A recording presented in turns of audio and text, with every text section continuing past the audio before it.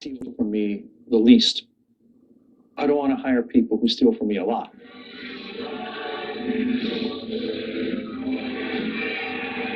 Jackson made a radical decision to deal with the problem, nothing short of a Stalinist purge of the people around him at all levels. Jackson's mindset reflected in his promo for History, a dictatorial fantasy in which Jackson has total control over the rank and file. Even his trusted and trustworthy manager, Frank DeLeo, was sacked without reason. Instead, Jackson turned to a new manager. Dieter Weisner was not part of the Hollywood system. He wasn't even American. I wanted to find out why Michael had turned to this man above all others. It's odd. It's an odd place to come. It's a kind of rundown industrial estate in Frankfurt. This is him. Dieter Weisner was an unlikely manager for Jackson, a German entrepreneur with no track record in the music business whatsoever. Hi, I'm Jack. Hi. Hi, nice to meet you. Thanks for your time. You're welcome. All right. So that's my office. It's like a shrine to Michael Jackson. Dieter first met Jackson by chance, pitching him an isotonic drink to endorse. Mystery, kind of Jacko Red Bull. It never went into production. He asked you to come in to the court. So what happened there? He told me to get rid of everybody. So he was asking to get rid of basically people who'd been the old entourage. Exactly. He changed even his bodyguards. he changed everybody. We had a new accountant. We had new lawyers around him. We had everything. We created everything, and it was really, really good. Jackson asked Dieter to come up with a plan for his future. It was to be called MJ Universe. We created it already. This was your idea, wasn't it? MJ Universe. Dieter was tasked with making it happen. Can you just talk me through what the MJ Universe was actually going to look like? Mentor program, that music project, film projects, game projects, new technology. Neverland 2 in Vegas. This is incredible. He knew exactly what he wanted. So the problem was Hollywood and the people over there didn't give him a chance for this at all.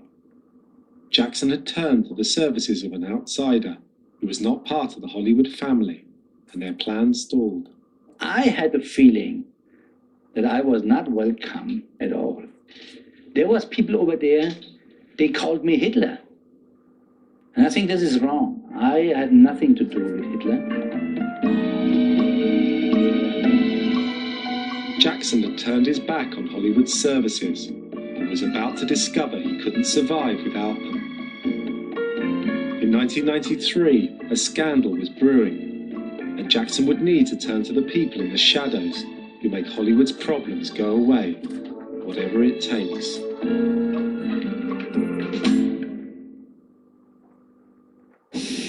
Channel 4 documentaries, sponsored by Honda.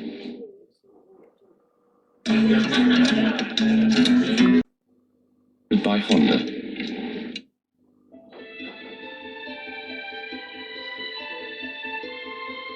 Michael Jackson stands accused of an extraordinary catalogue of offences. The pop star is accused of abusing a 13-year-old boy. He's dropped out of sight after revealing his addiction to painkillers. Trying to see the unraveling of Michael Jackson. In 1993, Michael Jackson was accused of having sex with this 13-year-old boy called Geordie Chandler.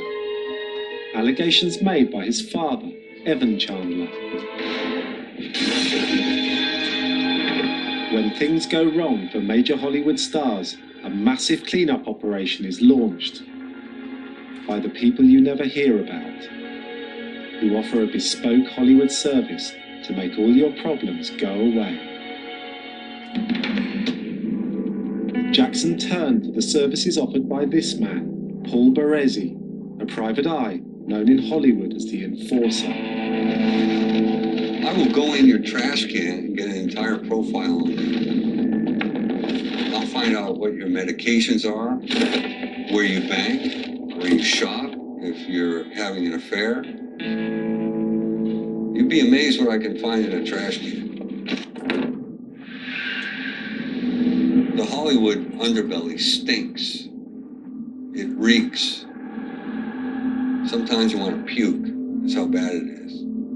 This is the corner of Curzon and Santa Monica, and this is where Eddie Murphy picked up the Samoan transvestite. He claimed that she was in distress, and he, being the good Samaritan that he is, offered to help her. Baresi's work for Eddie Murphy's attorney made his reputation. Eddie Murphy was the driver of the vehicle, and the passenger was arrested for a prostitution warrant. All of the transvestites came out of the woodwork, alleging that they had sexual relations with Eddie Murphy. What I did for Eddie was I rounded up all of these transsexuals, and I helped them all see their way clear to recanting their story. And the one that I didn't manage to pay off fell to her death from this building right here. I can tell you this, that I didn't have a hand in it.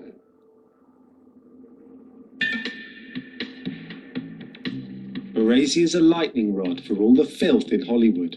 He'll clean up or discredit a star depending on who pays him first. When the Geordie Chandler scandal hit, Baresi started in the anti-Jackson camp. He was approached by Jackson's cook and cleaner, Stella and Philippe Lamarck, with a story to sell. He said, look, we saw Jackson molesting Macaulay Culkin. Well, what did he do? We saw him groping Macaulay Culkin over his pants. They said, we want $100,000. I got him $100,000 on the table, cash, from the Inquirer. It took me 3 days to do it, but by then they met an attorney and said, look, I can get you $500,000. Forget about Baresi. And this time they said that they saw Michael Jackson not groping Macaulay Culkin outside the pants, but the hand went inside the pants now. Story had got better. The story they embellished, and they lied. You know, they just lied, flat out lied. Yeah. And I recorded it. Baresi was about to play the classic Hollywood double cross. He went straight to Jackson's camp to a man called Anthony Pellicano, who was masterminding Jackson's attempt to kill the scandal by discrediting or paying off anyone with allegations. Anthony Pellicano was known in Hollywood as the Sin Eater, so called because he once said, I eat their sins so they can stand on the red carpet smiling. Pellicano said this is going to be very helpful to Jackson. Right. Because it discredited Stella and Philippe. You've switched sides now. You're like, this could bring Jackson down, but now this could save Jackson instead. That's right. The Lamarck's allegations were now discredited, and Macaulay Culkin has always denied these events took place. To deal with Evan Chandler's accusations, Pellicano did the same thing and secretly recorded him. If I go through with this, I win big time. I will get everything I want. There will be a story forever. Pellicano wasted no time in making his evidence public. It spells out everything to me that this was a extortion attempt from the very beginning. It was all planned. Although discredited, Chandler was paid $22 million to prevent him selling his story. Because this is the Hollywood way.